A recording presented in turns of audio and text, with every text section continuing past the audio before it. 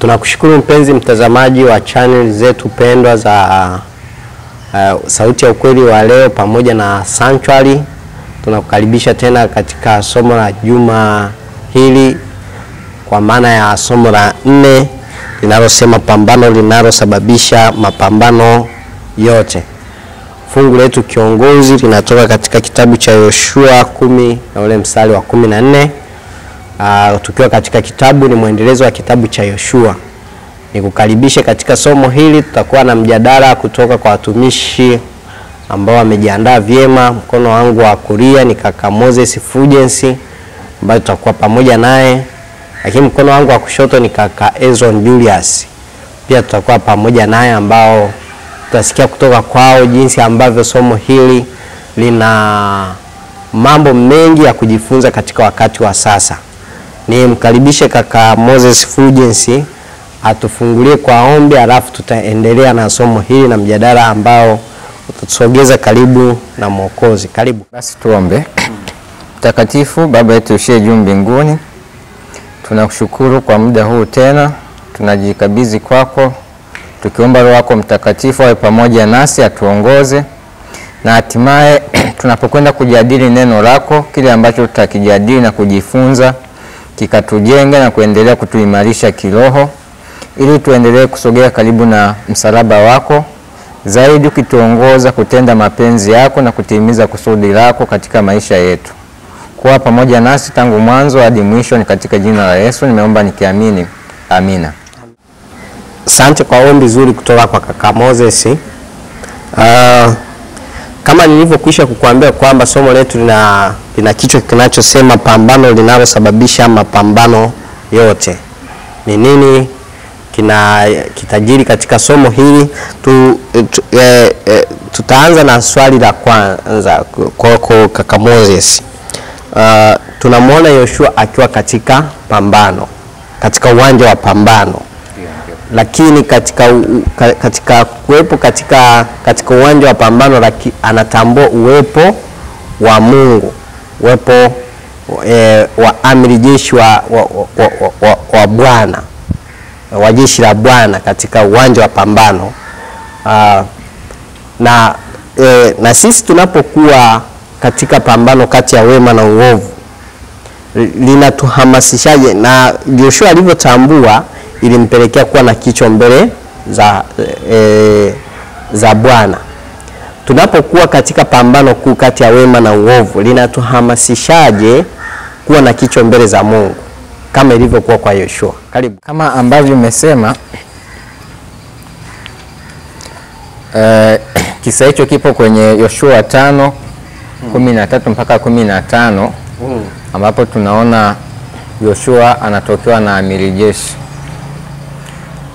Kwa hiyo hii inatuonyesha ni kwa namna gani pia tunahitaji uwepo wa Mungu kwenye maisha yetu, kwenye vita hii tunayopigana, vita baina ya wema na uovu. Ni kwa kiasi kikubwa sana tunamhitaji Mungu, kwa sababu sisi peke yetu hatuwezi, kama ambavyo kwa Yoshua, kama asingemtegemea amiri jeshi huyu, ingekuwa ni ngumu sana yeye kwenda kuiangusha Yeriko. Labda tukiangalia Kutoka 15 mstari wa 3. Kutoka 15 mstari wa 3 anasema, 15 mstari wa 3 anasema, Bwana ni mtu wa vita, Bwana ndilo jina lake. Kwa hiyo hapa tunaona kwa namna gani vita yoyote ambayo tunatakiwa kupigana, tunatakiwa tumtegemee amiri jeshi wa vita ambaye ni nani? Ni Bwana. Na sio hapo tu, tukienda pia Zaburi 24:8 anasema, Zaburi 24:8 anasema, ni nani mfalme wa utukufu? Bwana mwenye nguvu, hodari, Bwana hodari wa vita. Kwa tunaona sifa za Mungu jinsi zilivyo, kwamba Bwana ndiye ni mfalme wa utukufu, lakini ni mwenye nguvu, ndiye aliye hodari, na ndiye aliye mfalme wa vita. Kwa vita yote ambayo tunataka kupigana ili tuweze kushinda, lazima tumtegemee huyu aliye mfalme wa nini? Wa vita, ambaye ni Bwana mwenyewe. Na hata ukisoma Zaburi 19 mstari wa 2 na 5, anasema mchana husemezana na mchana, usiku hutolea usiku maarifa. Hakuna lugha wala maneno, sauti yao haisikilizani. Kwa hiyo tunaona pia ni kwa namna gani tunahitaji maarifa ya Mungu ili tuweze kufanyeje? Kushinda vita. Na hata tukija pia kwa Isaya 41:10, Isaya 41:10 anasema, Isaya 41:10 inasema, usiogope kwa maana mimi ni pamoja nawe. Usifadhaike kwa maana mimi ni Mungu wako. Nitakutia nguvu, naam, nitakusaidia, naam, nitakushika kwa mkono wa kuume wa haki yangu. Amen. Kwa tuna haja ya kumtegemea Mungu kivyovyote vile, kwa sababu yeye ndiye atakayetutia nguvu, yeye ndiye atakayetusaidia, na yeye ndiye atakayetuongoza kwa mkono wake katika haki yake. Kwa Yoshua baada ya kutambua hili, tunaona kwa namna gani anajinyenyekeza mbele za Mungu, na hata amiri jeshi anapomtokea tunaona jinsi anavyosujudu na kezo ambayo amiri jeshi alikuwa anataka kumpa, na kupitia mpango ule ule wa maelekezo ambayo alikuwa amepewa, kwa kuyafuata tunaona ni kwa namna gani anafanikiwa. Kwa mafanikio yetu yanategemea jinsi gani tunafuata maagizo ambayo Bwana anatupa, kwa sababu yeye ndiye ambaye anajua kupigana vita yetu. Sisi peke yetu hatuwezi kupigana vita hiyo tukashinda. Ya, na labda kitabu cha Wazee na Manabii sehemu ya 2 ukurasa wa 129 nasema, ni kwa uthibitisho wa nguvu isiyokuwa ya kwao peke yake ndipo Waisraeli wangeliweza kuwa na tumaini la mafanikio katika vita iliyokuwa inakaribia. Uthibitisho wa nguvu isiyokuwa ya kwao peke yake. Kwa Israeli hawakuhitajika kutumainia nguvu zao kivyovyote vile. Ikiwa wangefanya hivyo, basi anguko lao lilikuwa ni hakika. Na hata ya mataifa, kwa sababu yalikuwa ni mataifa yenye nguvu, yalikuwa ni mataifa ambayo yalikuwa ni hodari wa vita, yalikuwa na uzoefu wa vita, na yalikuwa na silaha ambazo zilikuwa ni bora ukilinganisha na zile ambazo katika kimwili katika Israeli walikuwa nazo. Kwa ili waweze kuyashinda yale mataifa, walihitaji silaha ambayo ni Mungu, ndio alihitajika kuwa silaha na nguvu pekee ambayo ilitakiwa kuitumainia ili waweze kufanya hivyo. Tofauti na hapo ingekuwa ni ngumu. Na kwenda kumalizia nasema, lakini kwanza kabisa alitafuta uthibitisho wa uongozi wa Mungu na alikubaliwa. Akitoka nje ya kambi ili apate kutafakari na kuomba kwamba Mungu wa Israeli apate kwenda mbele ya watu wake. Alimwona mpiganaji mwenye silaha mrefu na mwenye umbo kubwa, naye alikuwa na upanga wazi mkononi mwake. Na anasema kwa utii wa amri ya Mungu, Yoshua aliyapanga majeshi ya Israeli. Hakuna shambulizi lilotakiwa kufanyika, walitakiwa tu kuzunguka mji huku wamebeba sanduku la agano la Mungu na kupiga tarumbeta. Kwa hiyo tunaona silaha ambazo walihitaji kuzitumia ilikuwa ni kwanza Mungu atangulie katika safari yao, lakini pia sanduku la agano. Na tunaelewa sanduku la agano pia ni ishara kwamba Mungu alikuwa pamoja nao. Na tunaona wao walihitaji kuwa watii tu. Kile ambacho Bwana amewaambia wafanye, walihitajika kukitii na kufanya kama walivyoagizwa, wasipindishe popote. Na ikiwa wangepindisha, basi mafanikio yasingetokea. Asante. Kaka Moses kwa mchango mzuri ambao unatuonyesha ni kwa namna gani ambavyo hatuwezi tukaepuka kuwa na kicho mbele za Mungu au kuepuka maelekezo ya aina yoyote yale, hata katika mazingira magumu ya vita kama hiyo. Wakati fulani huwa tunapuuza maelekezo ya Mungu kwa sababu tuna uzoefu mzuri wa kile kitu tunachokifanya. Lakini ni muhimu tukafuata maelekezo ya Mungu na Mungu atatubariki. Inakuja kwako kaka Ezron, kila siku hizi zina mchango gani au tunashiriki vipi katika vita iliyoanzishwa mbinguni? Kwa chaguzi zetu hizi za kila siku tunashiriki vipi? Asante sana kaka Chazi. Moja, ili tujue kwamba kupitia chaguzi zetu tunashirikije vita hivyo, ni lazima tujue hivyo vita inapiganwaje. Kwa sababu hatuwezi kushiriki vita bila kujua vita inapiganwaje. Na kama tulivyoona katika Ufunuo 12 ukianzia fungu la 7 mpaka fungu la 17 au mpaka fungu la 9, hapo Biblia iko wazi kwamba kulikuwa na vita wapi? Mbinguni. Mikaeli ambaye anatajwa kama Kristo na malaika zake wakapigana na joka akapigana pamoja na malaika zake. Na mahali pao hapakuonekana. Sasa Biblia inasema yule joka akatupwa, nyoka mkubwa akatupwa hata nchi. Sasa ikaja sauti kwamba ole wa nchi na bahari. Tukumbuke yule shetani joka mkubwa ametupwa hata nchi. Sasa ole ni kwa nchi na bahari. Kwa sababu Biblia inasema yule mshtaki wenu ametupwa humo akijua kwamba na wakati mchache. Kwa hiyo shetani akatupwa hata nchi. Na ukisoma 17 Ufunuo 12:17 anasema akaenda zake afanye vita na wazao wake waliosalia, hawa wazishikao amri za Mungu na imani ya Yesu. Kwa hiyo tujue kwamba kuna vita. Na kama kuna vita inahusisha pande mbili. Na kama ambavyo Biblia inasema vita ilianzia wapi? Mbinguni. Sasa ikahamia duniani kwa sababu imehamia katika nchi. Na ukisoma Mwanzo, baada ya kuwa shetani amefukuzwa mbinguni akaja akapata ukubali kwa jamii ya kibinadamu kwenye dunia yetu, kwa wazazi wetu wa kwanza, Biblia inasema kwenye Mwanzo 3:15 kwamba baada ya Adamu na Hawa kutenda dhambi wakawa na mapatano na shetani yule muasi. Kwa hiyo unabii ukatolewa, na pale ndipo unabii unaanzia kwamba nami nitaweka uadui kati yako na huyo mwanamke na kati ya uzao wako na uzao wa mwanamke. Tukumbuke Ufunuo 12:17 anasema akaenda zake afanye vita na wazao wake waliosalia, hawa wazishikao amri za Mungu na imani ya Yesu. Kwa hiyo uadui umewekwa kati ya uzao mwanamke na uzao wa shetani.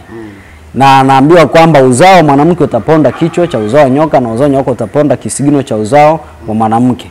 Na ukiangalia hii ni lugha ya kiunabii ambayo inahusisha vizazi vyote, inahusisha wanadamu wote, na inawahusisha kwenye pambano ambalo litaendelea mpaka mwisho wa wakati. Sasa ni vipi tunashiriki kwenye hii vita? Sasa tukumbuke kwamba hii vita kule mbinguni haikuwa vita ya kimwili. Haikuwa vita ya kimwili, ni vita iliyohusisha mambo ya kiroho kama ambavyo tunaambiwa kwenye Efeso 6. Tukisoma Efeso 6 kianzia fungu la 11 tunaambiwa vaeni silaha zote za Mungu ili mpate kuvipiga vita, mpate kushindana. Na tunaambiwa kwenye fungu la 12 kwamba vita yetu sisi si juu ya damu na nyama, bali ni juu ya pepo na katika ulimwengu wa roho. Kwa hiyo vita tunayopigana ni vita ya kiroho. Ni vita inayohusisha kati ya wema na uovu.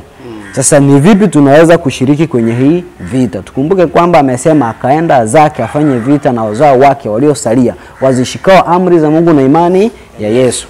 Kwa hiyo vita inafanyika na wale wanaoshika amri za Mungu na imani ya Yesu. Kwa sababu shetani anachukia nini? Anachukia amri za Mungu. Na kwa hivyo hawezi kukubaliana na mtu yule ambaye anazitii amri za nani?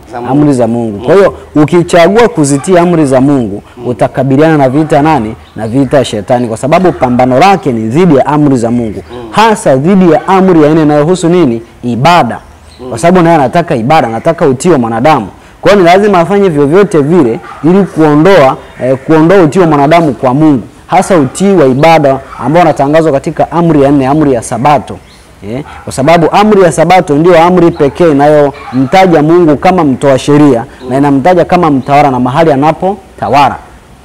Kwa hivyo ndivyo ambavyo kwa maisha yetu ya kila siku tukichagua kumtii Mungu lazima tukabiliane na vita ya shetani. Kwa sababu kwenye Timotheo wa kwanza 3 fungu la 12 anasema wote wapendao kuishi maisha ya utauwa katika Kristo wataudhiwa. Kwa hiyo na Yesu anasema kwamba ulimwenguni mnayo dhiki lakini jipeni moyo. Mimi nimeushinda ulimwengu. Kwa hiyo Yesu alikuja akaushinda nini? Akaushinda ulimwengu. Na kwenye Yohana 14:30 anasema mkuu wa ulimwengu huu waja wala hana kitu kwangu. Kwa hiyo kwa Kristo hakupata chochote. Na kwenye Samueli wa kwanza 17 fungu la 47 tunaambiwa vita si yetu, vita ni ya Bwana. Kwa hiyo wale wanaochagua kumtii Bwana vita na wahusu. Tusikie pia kile ambacho nabii anasema. Hii ni Tumaini la Vizazi Vyote. Ukurasa wa 116 ya Kiingereza lakini Kiswahili ni 76. Nabii wa Mungu anasema kamwe hakuna anayeondoka katika himaya ya shetani kwenda kumtumikia Mungu pasipo kukutana na mashambulizi ya shetani. Yaani hakuna mtu atakayechagua kumtumikia Mungu asikutana na mashambulizi ya nani? Ya shetani. Kwa sababu vita vimehamia kwa wale wanaomtii Mungu kwa kuzishika amri zake na imani ya nani? Na imani ya Yesu. Sasa anasema vishawishi ambavyo Yesu alipinga vilikuwa vile ambavyo tunakutana navyo vikiwa vigumu kuvistahimili. Vililetwa kwake kwa uzito mkubwa kulingana na vile tabia yake ilivyo ya juu sana kuliko yetu.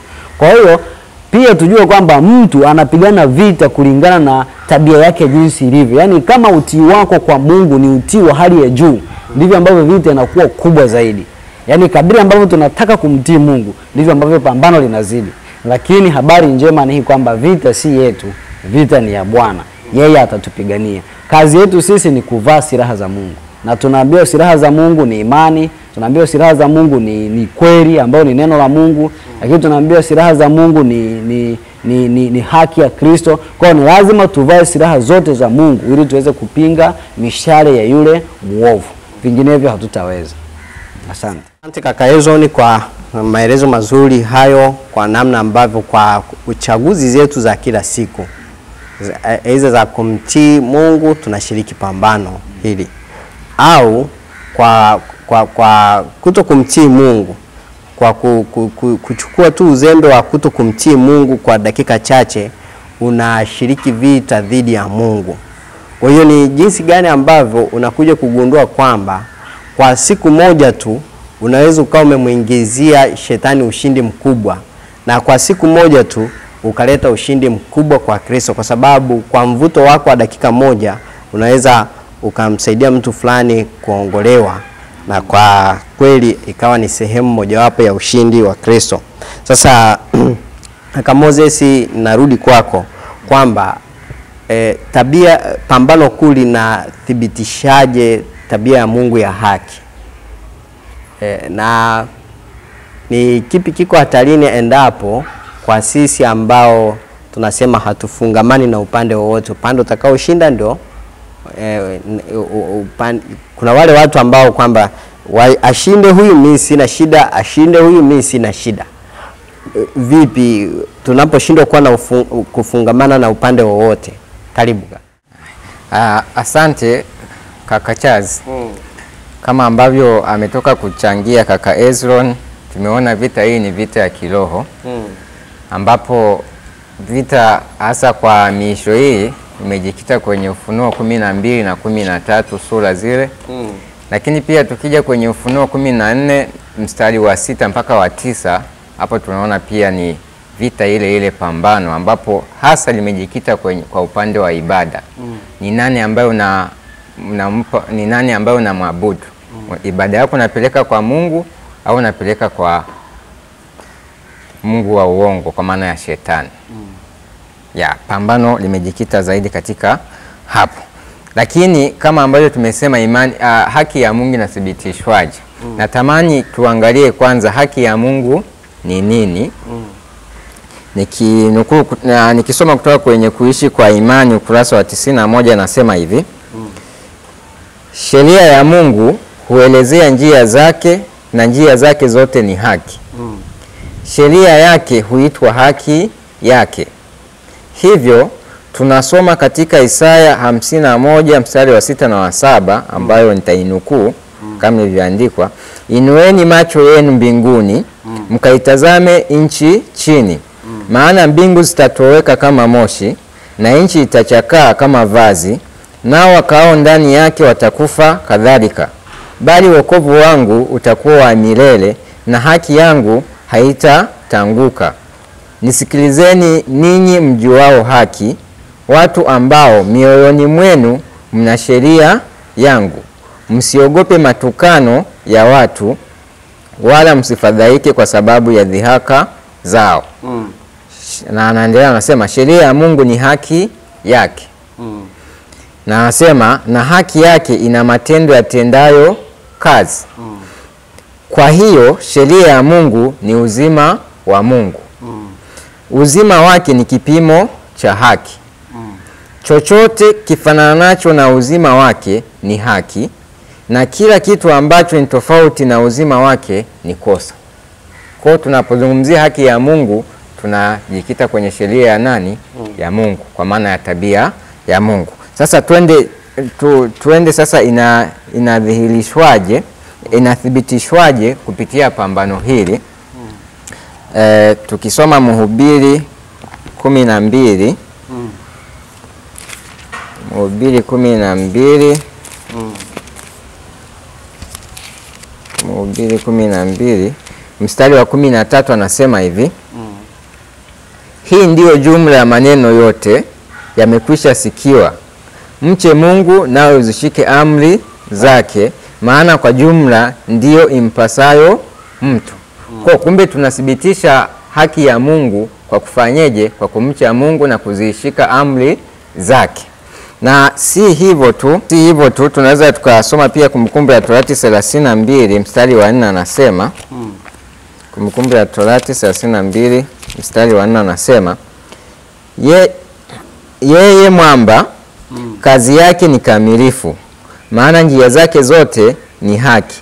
Mungu wa uaminifu asiye na uovu, yeye ndiye mwenye haki na adili. Kwa anasema yeye mwamba kazi yake ni kamilifu, maana njia zake zote ni haki. Mungu wa uaminifu asiye na uovu, yeye ndiye mwenye haki na adili. Kwa hiyo tunathibitisha pia haki ya Mungu ikiwa tutaenenda katika njia za nani? Za Bwana, na kuishi maisha yenye adili. Lakini pia tukiangalia Mathayo 5:16, Mathayo 16, Mathayo 16 anasema,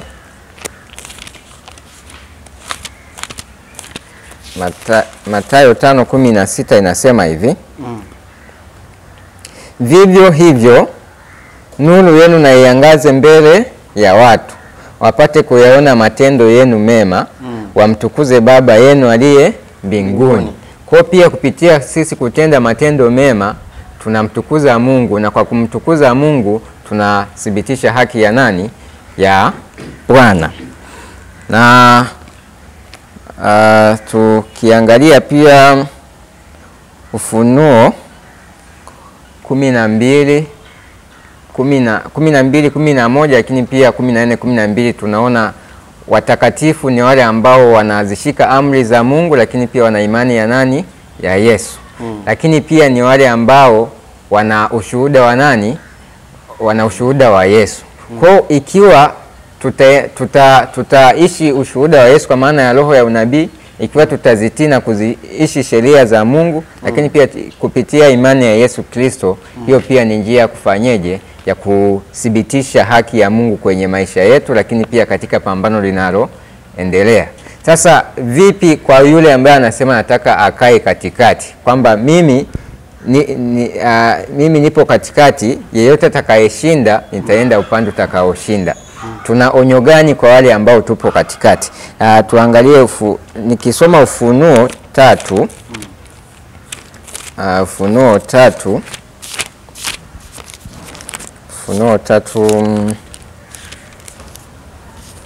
mstari wa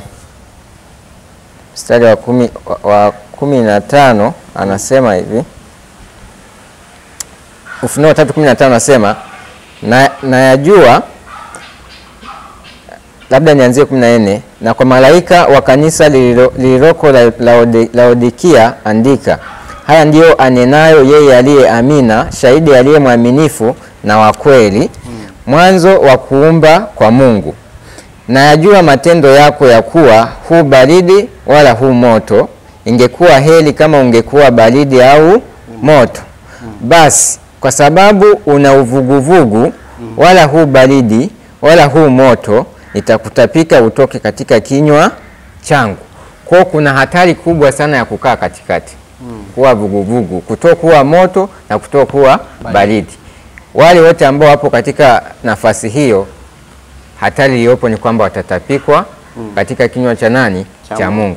Na tunapoelekea hata hivyo, lazima kila mmoja awe na upande. Eza upande wa uzima au upande wa wapi? Wa mauti. Asante. Asante kaka Moses Fulgence kwa mchango mzuri ambao umetupatia kwamba hatuhitaji kuwa vuguvugu.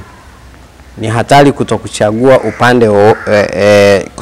upande wowote, na hatukupendekezei basi ujichagulie tu, uchague mahali ambapo utapata uzima wa milele. Kuchagua kwa shetani ni kuchagua kuangamia. Nirudi kwako kaka Ezoni. Utii kwa amri, kwa maagizo ya Mungu unatupatia aje uhakikisho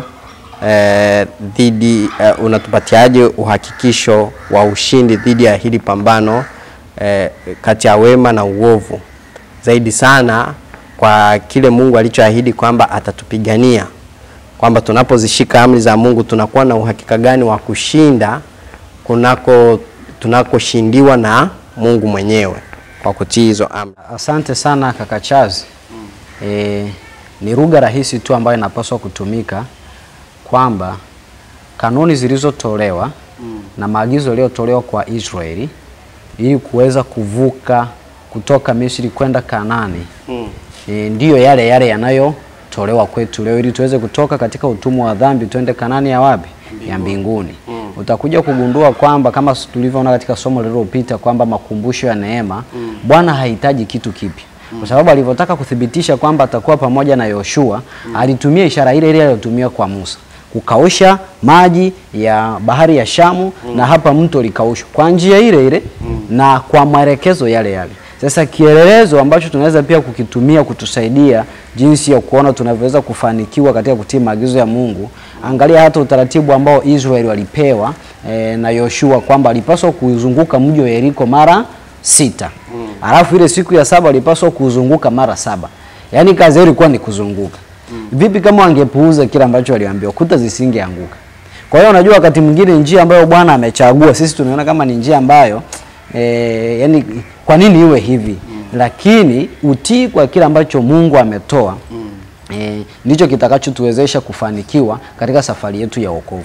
Vinginevyo hatutaweza kufanikiwa. Na ukiangalia vita ambayo Yoshua alipigana ni kielelezo cha vita ambayo tunapaswa kupigana. Jinsi ambavyo walivuka katika kuingia katika nchi ya Kanaani, ndivyo ambavyo jinsi tunavyopaswa kupambana katika kuingia Kanaani ya wapi? Ya mbinguni. Lakini pia tunaona Joshua baada ya kupambana, Bwana anakuja na msaidia. Na tunatakiwa kujua kwamba kama tulivyoona kwamba vita tunaopigana sio ya kwetu, ni ya Bwana. Kazi yetu ni kumtazama Bwana, kusikiliza nasemaje. Yaani ni maagizo ya Bwana tu ndio atakao tuwezesha katika kufanikisha safari yote. Kwa sababu ukiangalia kwenye Kumbukumbu la Torati 9:23 waliambiwa wakwe wakaimiliki nini? Nchi, sio kupigana. Lakini Musa anasema ninyi mlimuasi Bwana. Na walivyoona kwamba haiwezekani tena, wao wakashupaza shingo, akasema basi kama hivyo tutapanda twende tufanye nini? Tupigana. Lakini Musa anawaambia msikwee, Bwana hayumo kati yenu, msije mkapigwa na adui zenu. Kwa hiyo jinsi ambavyo sisi tunatamani kufanya ni kulingana na matakwa yetu, lakini matakwa yetu yanapaswa kusalimishwa katika matakwa ya Mungu. Kwa hiyo ile vita ni vita ambayo sasa tunapigana kiroho. Mapambano ni yale yale. Ni nani anaweza kutushindia? Ni Kristo. Yeye anasema pasipo yeye sisi hatuwezi neno lolote, katika ile Yohana 14. Na vivyo hivyo katika Yohana 15 anasema tukae ndani yake na yeye akae ndani yetu na maneno yake yakae ndani yetu. Kama vile tawi lisivyoweza kuzaa likiwa peke yake, kadhalika na sisi hatuwezi neno lolote pasipo nani? Pasipo Kristo. Kwa hiyo ni kuangalia asili inafanyaje, kwamba tawi kupitia kuwa kwa mzabibu ndipo linaweza kustawi, lakini likitolewa kwa mzabibu haliwezi kustawi. Kwa hiyo tunahitaji muunganiko na Kristo ambao haukatiki katiki. Ndivyo ambavyo tunaweza kufanikiwa. Na ukisoma hata Petro ya kwanza 5 fungu la 8 na la 9, Biblia inasema yeye na kiasi na kukesha, maana yule mshtaki wenu Ibilisi ni kama simba ungurumaye akitafuta mtu ammeze. Alafu fungu la 9 anasema mpingeni huyu mkiwa thabiti katika nini? Katika imani. Lazima tumpinge adui kama ambavyo Yoshua alimpinga.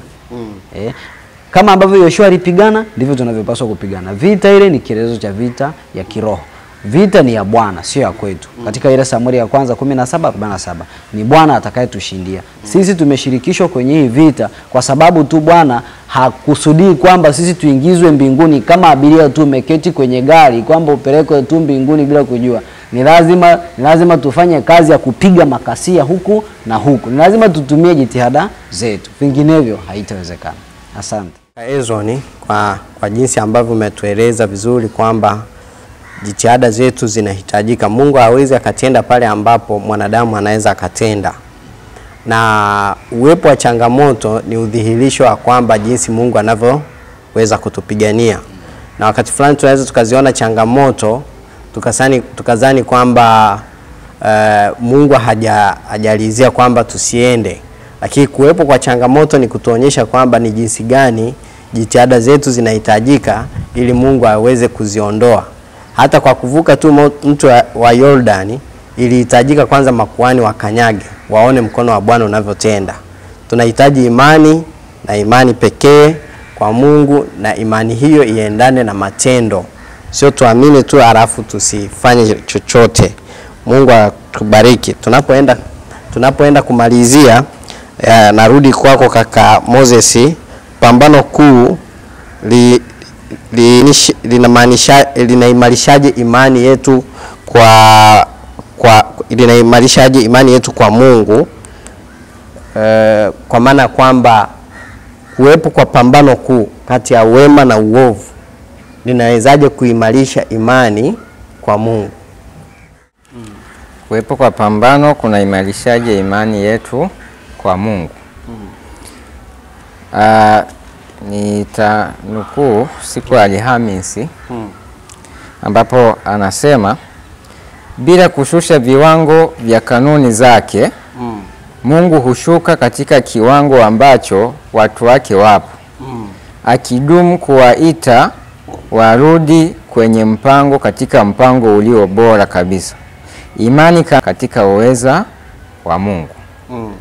Na anasema kando ya ukweli kwamba vita vilikuwa sasa jambo muhimu kwa Israeli, pia viligeuka kuwa mtihani wa uaminifu wao kwa Yawe. Mungu hakuwakatia tamaa, bali aliwaruhusu kushuhudia nguvu zake kwa kupitia kumtegemea kabisa. Kwa maana yake kitendo cha wao pia kushirikishwa katika vita, kama nilivyosema, hakutakiwa kuingia tu wamekaa waingie Kanaani, walitakiwa kushiriki. Kile kitendo cha kushiriki maana yake waliona uwezo wa Mungu, kwa sababu asilimia kubwa vita ilipiganwa na Mungu mwenyewe. Kwa mfano kama Yeriko, wao kazi ilikuwa ni kuzunguka, ilikuwa na kupiga tarumbeta, na ile siku ya 7 tunaona kazi yao inakuwa ni kupiga tarumbeta na kupiga makelele, alafu kuta zinafanyaje? Zinaanguka. Kwa hiyo kupitia ule uwezo ambao Mungu alikuwa anaonyesha kupitia hizi vita walizopigana, Israeli walijifunza kumtegemea Mungu na kumtumainia ya kwamba yeye pekee ndiye ambaye anaweza kawawezesha. Kwa hiyo walijenga imani kwa Mungu ya kwamba ikiwa tutafanya hivyo itakuwa ni ngumu sisi kufanyeje? Kushinda. Na anasema ushiriki wa Israeli katika mapambano yenye silaha ukawa njia ya kukuza imani isiyo na masharti katika msaada wa Yawe.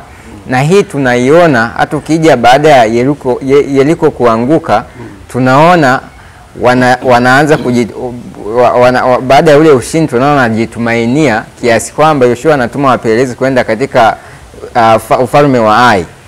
Na tunaona kwa sababu hawajarudi tena sasa kumtumainia Mungu na kumwamini kwamba ile vita ilikuwa imepiganwa na Mungu, wanaenda kule, tunaona jinsi watu wanavyouliwa. Kwa hiyo hii ni funzo ya kwamba katika pambano hili linaloendelea tunahitajika kumtumaini Mungu. Kila hatua ambayo tunaipiga na inatuletea ushindi, tunatakiwa tuamini ya kwamba si kwa nguvu zetu, ila ni kwa uwezo wa Mungu pekee ndipo tunaposhinda. Na tunahitaji sana kumtegemea na kumtumaini na kuweka imani yetu na njia zetu zote kwake, ila tuwezeshe kuwa washindi. Sana kaka Moses kwa jinsi ambavyo umetueleza vizuri juu ya ambavyo pambano linaimarisha imani yetu kwa Mungu. Haimaanishi kwamba kuna jaribu ambalo tunaweza tukaingia hata kama likiwa dogo pasina kusikiliza maelekezo ya Mungu. Pambano kuu halina maana kwamba kuna vijaribu vidogo vidogo ambavyo havihusiani na hili pambano kuu. Pambano kuu limebeba vijaribu vidogo mpaka makubwa zaidi na makubwa, na hivyo vyote vinahitaji sisi kumtegemea Mungu. Na katika kumtegemea Mungu ni kwamba tusije tukajipeleka mahali ambapo Mungu amekataza. Kuna hatari ya kuanguka. Kila kitu tunahitaji kumsikiliza Mungu, kama alivyotolea mji wa Ai. Ulikuwa ni kamji kadogo tu ukilinganisha na Yeriko, kwamba ni mji ambako angeteketeza kwa nusu saa, lakini kaliwasumbua Israeli kwa kuto kumtegemea Mungu. Kwa hiyo usije ukalipima jaribu kwa jinsi ya uwezo ambao Mungu amekuwezesha na ukashindwa kumsikiliza, ukadhani kwamba utaweza kwa nguvu zako. Mungu atubariki tunapojipanga tena kwa ajili ya kusikiliza somo la juma lijalo. Mungu aendelee kutuongoza vyema katika ulimwengu huu uliojaa pambano kuu, na pambano hilo liko ndani ya dhamiri zetu. Ni zaidi ya hivyo tunavyozani pambano ni la kawaida. Jinsi tunavyokatazwa kwa vitu vya kawaida ndivyo pambano lilivyo. Niwakaribishe sasa tufunge kwa ombi, na nitakukaribisha kwa wiki ijayo tena ufuatilie masomo mazuri yanayoendelea katika kitabu cha Yoshua, hususan katika wakati wetu. Tuombe. Tunakushukuru Baba yetu wa mbinguni kwa kutuwezesha na kutubariki, na kwa jinsi ambavyo umeruhusu vyombo vyako hivi ambavyo kwa akili za kibinadamu umewezesha watu kuvitengeneza. Neema yako isitupungukie kupitia vyombo hivi, ukweli wako ukafike kwa watoto wako ambao umewakusudia wapate kuelewa ukweli wako kwa ajili ya utukufu wa jina lako. Tunakusihi endelee kuwa pamoja nasi, ni katika jina la Yesu Kristo. Amen.